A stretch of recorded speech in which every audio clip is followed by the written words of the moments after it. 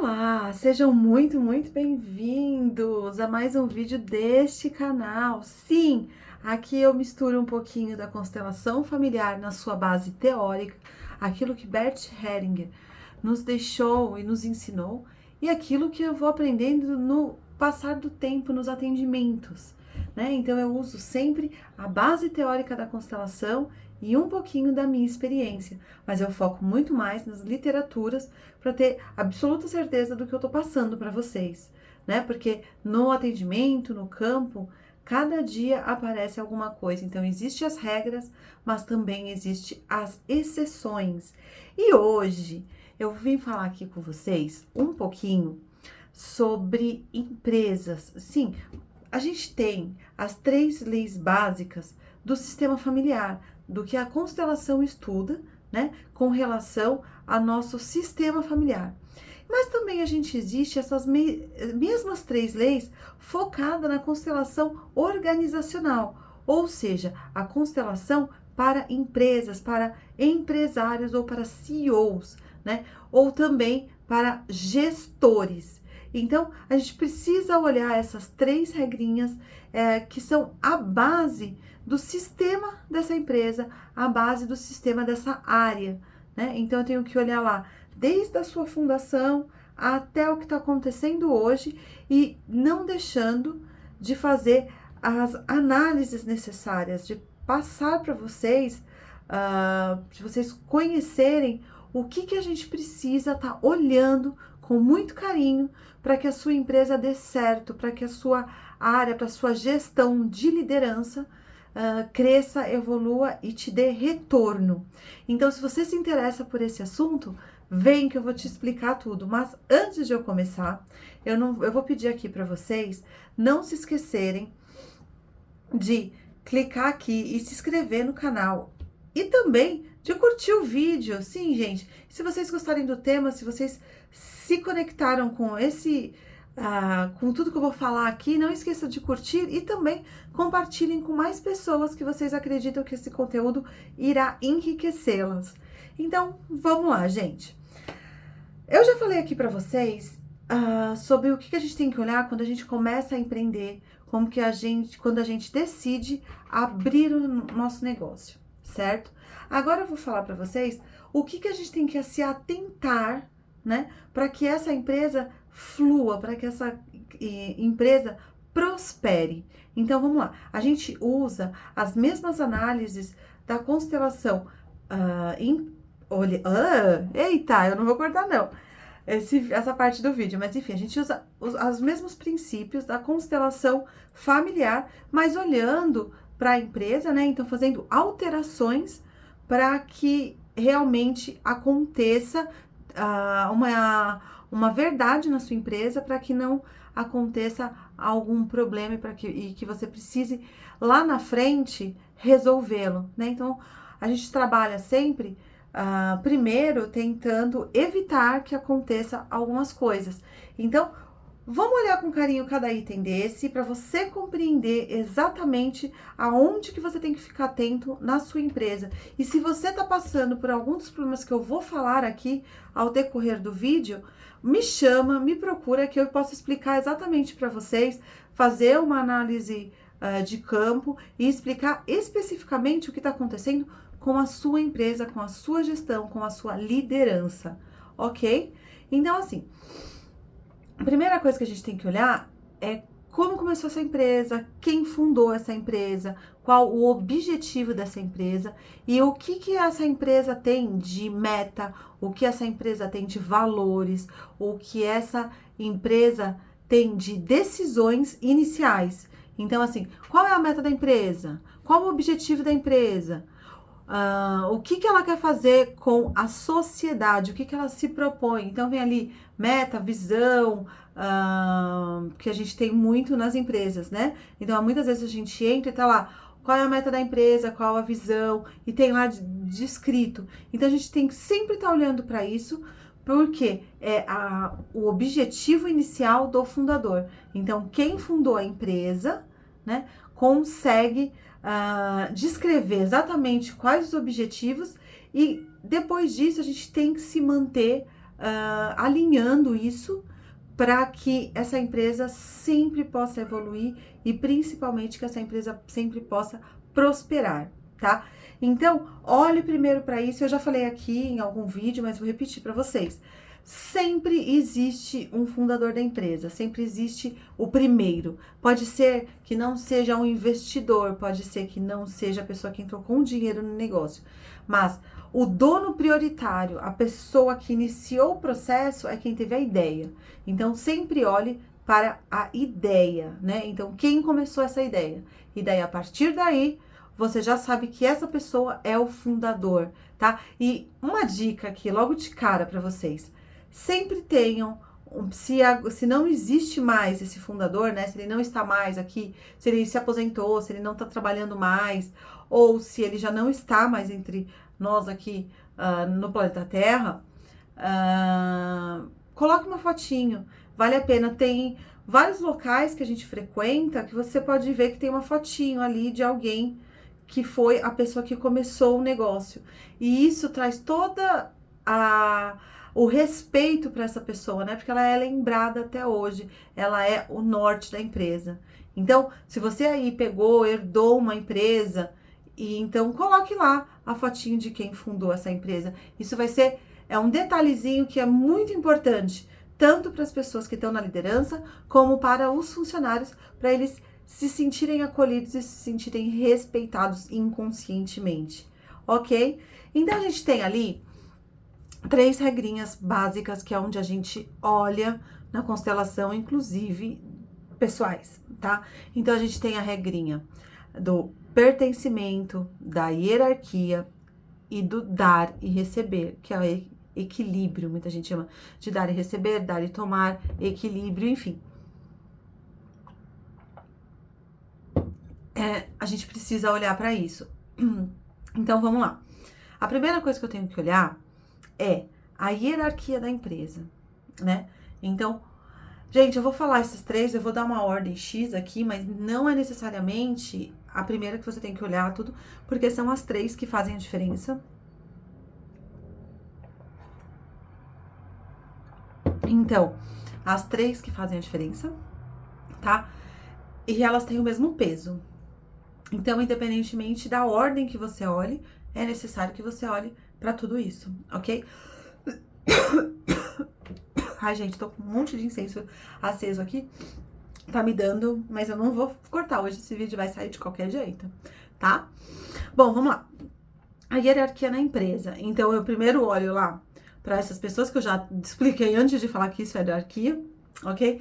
Mas isso é uma lei de hierarquia. Quem veio primeiro tem prevalência, tem que ser respeitado. Ah, então, beleza, eu tô olhando para a hierarquia, já compreendi isso. Gente, olhem também para a hierarquia de funcionários. Quem chegou primeiro tem prevalência, tá? Eu já expliquei isso aqui em outro canal, mas eu acho que vale muito a pena, em outro canal, em outro vídeo, vocês relembrarem isso. Não se esqueçam de dar lugar a quem veio primeiro, tá? Então, se você tem ali um cargo novo, um cargo que tá precisando de uma pessoa, que a pessoa que tava vai sair, enfim, você tem que olhar para as competências. Se a competência de algum funcionário seu é muito boa e dos outros que são mais antigos não tem essa proporção, beleza, você coloca esse funcionário. Agora, se você tem ali funcionários muito parecidos, né, que vão te entregar mais ou menos a mesma coisa, que tem o mesmo perfil, que tem o perfil da vaga, você sempre tem que escolher quem veio primeiro, né, na empresa, tá? Não é uma questão de idade.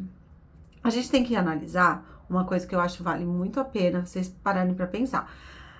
Quando a gente tem o nosso sistema familiar, que é nosso e acabou. Ali a gente tá engessado, né? A gente não tem como sair desse sistema familiar. A gente tem ali como mudar um pouco, mudar nossa visão, enfim, mas é o nosso sistema. Agora, da empresa, o funcionário, ele está nesse sistema da empresa no período que ele está trabalhando ali, né? Então, a gente tem o jeito de mudar de sistema, porque hoje eu trabalho aqui, amanhã eu posso estar trabalhando ali. A questão é como eu deixo um sistema e entro no outro, né? Como que eu faço essa transição? Se eu fiquei magoada, se eu fiquei ferida, se eu saí porque eu quis, enfim. Se eu fui demitida, mas foi super explicado, eu compreendi, aceitei, tá tudo bem. Ou não, se foi algo que me machucou, foi algo que eu julgo injusto. Então, eu preciso olhar para isso para que eu não leve essa carga para a nova empresa. E acontece muito isso, que essa pessoa entra na nova empresa muito magoada com a anterior. Então, aqui eu crio um emaranhamento, né? Ou eu não consigo prosperar nessa empresa, porque eu não tô aberta a essa empresa, tô ainda com o inconsciente olhando para a empresa passada. Então, é bom a gente olhar tanto nós como funcionários, tanto nós como gestores, o quanto foi traumático esse desligamento e o que, que eu posso fazer para mudar esse mindset da pessoa, tá? Então, essas são as questões da hierarquia. Né? Inclusive, a gente sempre fala para dar metas para os funcionários. Não é para dar as metas macro, as ideias da diretoria, mas você precisa dar um norte para cada funcionário, porque se eles não têm um norte, se eles não têm um objetivo de compreensão daquilo, eles perdem um pouco o foco do trabalho. Então, é necessário a gente manter esse conhecimento. É claro que, pela hierarquia, quanto maior o seu cargo, maior o conhecimento perante a empresa, perante as metas da empresa, perante os pensamentos da empresa. Mas eu tenho que ter todos os funcionários direcionados. Se eu não direciono, as pessoas não sabem para onde ir, e qualquer lugar é lugar, certo? Então, na hierarquia, a gente tem que olhar, inclusive, para as demissões, tá, gente? Como que eu vou fazer essas demissões, se tá tudo bem, se não tá, se justifica, se não justifica, né? Porque eu também tenho que ver como que essa pessoa vai sair da empresa. Se ela sair, se ficar muito magoada, muito chateada e achar que ela não foi valorizada, ela deixa um rastro na empresa também, que pode ter outros funcionários que entrem para cumprir esse cargo e não conseguem ficar lá, porque esse cargo realmente ele não está existindo, porque aquela pessoa ainda está lá, mesmo que não fisicamente a energia dela tá voltada para lá. Então, olha o emaranhamento que eu tenho, que essa pessoa vai procurar outro emprego, arruma outro emprego mais vinculado à empresa anterior. Então, são duas empresas que geram problemas, né? Uma que tem um funcionário que não tá conscientemente trabalhando lá e outra que tem um funcionário que não tá mais ali, que tá magoado, tudo, e que contrata uma outra pessoa e essa pessoa fica vinculado a isso. Então, a gente tem esses tipos de vínculo que eu vou falar mais pra frente pra vocês, tá? Então, aí eu tenho a hierarquia. Daí eu venho pro pertencimento. Gente, na constelação familiar, a gente fala que todo mundo pertence ao sistema. Os que puderam viver, os que não puderam viver, enfim. Quando a gente fala de organizacional, de constelação organizacional, a gente fala da mesma coisa, né? Então, eu tenho ali uma pessoa que eu tenho que incluir ela na empresa. Então, todo mundo que trabalha na empresa pertence. Gente, só que a gente tem que olhar que a empresa é mutante, né? Então, todo mundo que trabalha hoje pertence. Amanhã uma pessoa vai sair, outra vai entrar. Então, essa pessoa que sai, ela não pertence mais, a não ser que ela fica com os casos que eu já citei aqui. Então, o que acontece? Eu tenho um sistema cíclico, um sistema que ele não está fechado, tá? Então, quando eu tenho... mas enquanto essa pessoa está na empresa, ela pertence e ela tem que ser olhada com carinho, porque qualquer pessoa pertence, tá? Não tem preferência entre uma pessoa que ganha muito e outra que ganha pouco, porque todo mundo pertence, independentemente do salário, do cargo, da responsabilidade que tem junto à empresa, tá bom? Então, a gente tem que olhar muito no pertencimento para esses excluídos que eu falei ali na hierarquia, né? Eu tenho que olhar muito, muito, muito para esses excluídos, para que eu não tenha problemas na empresa. E Rebeca, então você só falou de demissão. Não, gente, existem outras coisas. Existem pessoas que estão na empresa, mas que são esquecidas totalmente, que elas ficam ali anos e anos fazendo o mesmo processo, e daí gera também aquela pessoa que tá lá na empresa e você fala assim, nossa, ela é tão boa que eu nem lembro que ela tá lá. Porque tudo que ela tem que fazer, ela faz e tá de boa e eu nem lembro como gestor. Isso aí eu tenho que ficar um pouco atenta. Por quê? Porque são pessoas esquecidas. Tem o tiozinho lá da Xerox, que está há anos, a Xerox sai sempre boa, tá sempre maravilhoso.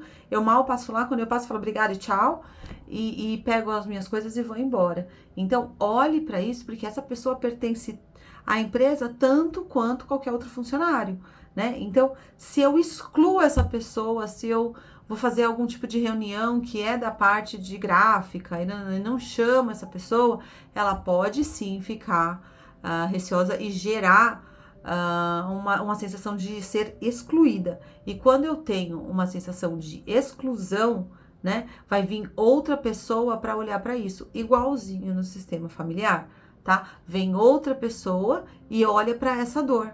E daí, quando você tem uma pessoa que tem uma função, mas ela tá olhando para a dor do outro, mesmo que o outro esteja na empresa, né? Ela começa a não trabalhar e não produzir da forma correta. Então, qualquer tipo de exclusão, a gente vai ter alguém que vai olhar para isso, tá? Outra forma que a gente tem pessoas esquecidas, pessoas que não conseguem exercer seu cargo. Tem tanto a pessoa que faz tão bem o trabalho que nunca é lembrada, muito menos em promoção, muito menos em aumento de salário, muito menos de nada, tá lá e tá tudo bem, né? E também eu tenho as pessoas que não conseguem exercer o cargo.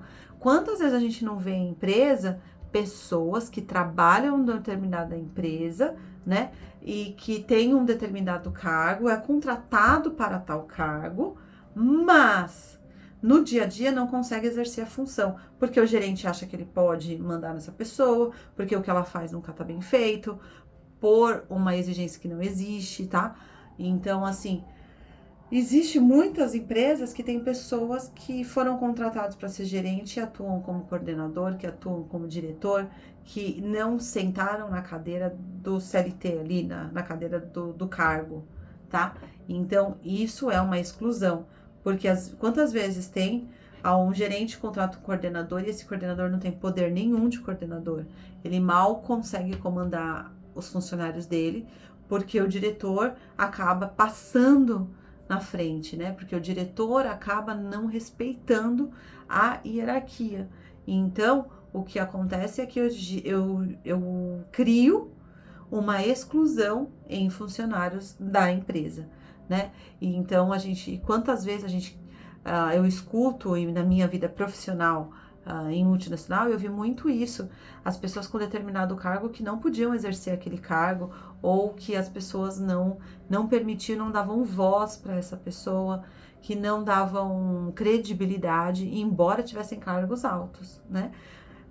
Também aqueles excluídos, tipo, é uma coordenadora e não vai participar da reunião. Se é uma reunião de gerência, tudo bem, mas se é uma reunião que pega outros cargos, por que não estar o coordenador?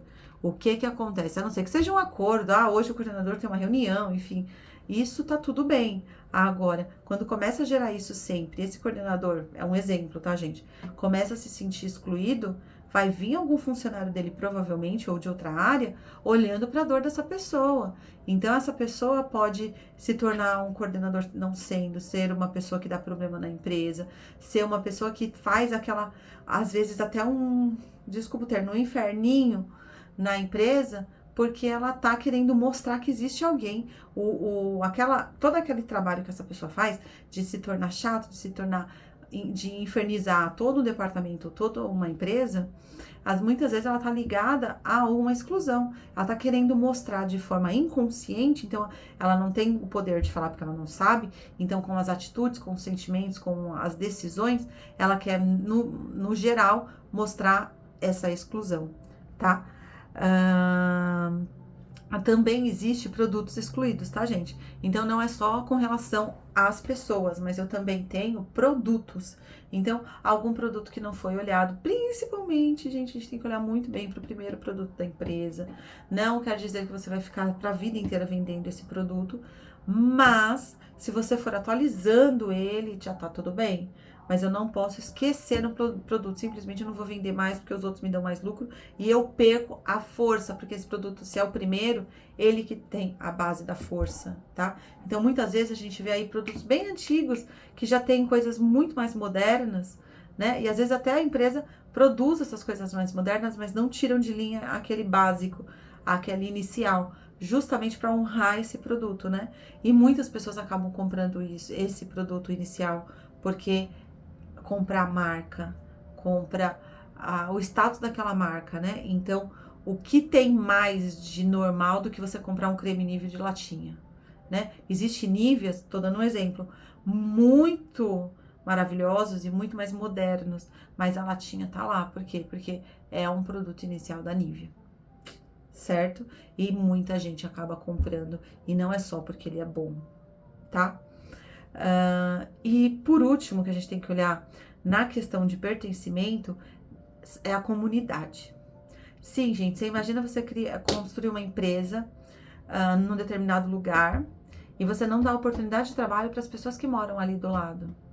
Essas pessoas podem falar, putz, tem barulho o dia inteiro aqui, né? Me incomoda, agora eu não posso mais passar na rua debaixo da minha casa porque tem tanto carro dos funcionários, né? E quando eu gero isso, essa insatisfação na minha comunidade, eu gero uma exclusão, a não ser que eu faça melhorias para essa comunidade, porque daí eu mantenho o equilíbrio, que é a última regrinha, a última lei que a gente tem que olhar, que é o equilíbrio. Então a gente tem que equilibrar sempre as nossas pessoas, que são sempre a prioridade numa empresa.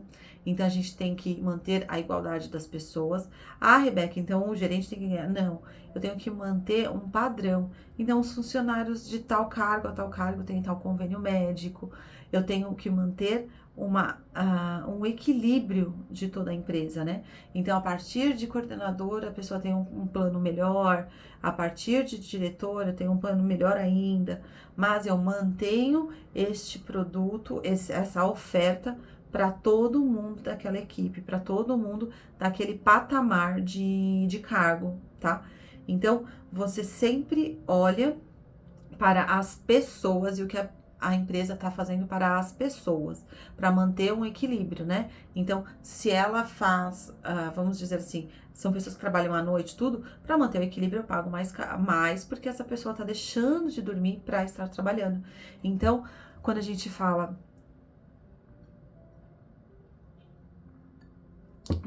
desculpa, quando a gente fala de equilíbrio, eu tenho que equilibrar os meus ganhos com as pessoas, equilibrar tudo, ficar tudo muito justo, certo? E claro, equilibrar um mesmo nível de salários, de cargos para todo mundo, tá? Eu tenho que também alinhar os funcionários com as organizações de fora, né? Eu tenho que ligar a empresa com os meus clientes. Tudo é uma questão de equilíbrio, né? Ah, então eu não vou ter lucro porque eu tenho que equilibrar. Não, gente, eu tenho que equilibrar, mas manter o respeito, um equilíbrio entre o cliente. Eu não posso fazer todas as vontades dos meus clientes e não atender os meus funcionários, né? Então, assim, eu tenho um teto de valor, eu não posso vender mais baixo que isso, porque eu tô saindo do meu equilíbrio, porque eu tô desequilibrando a minha empresa, eu não vou conseguir pagar minhas contas, certo?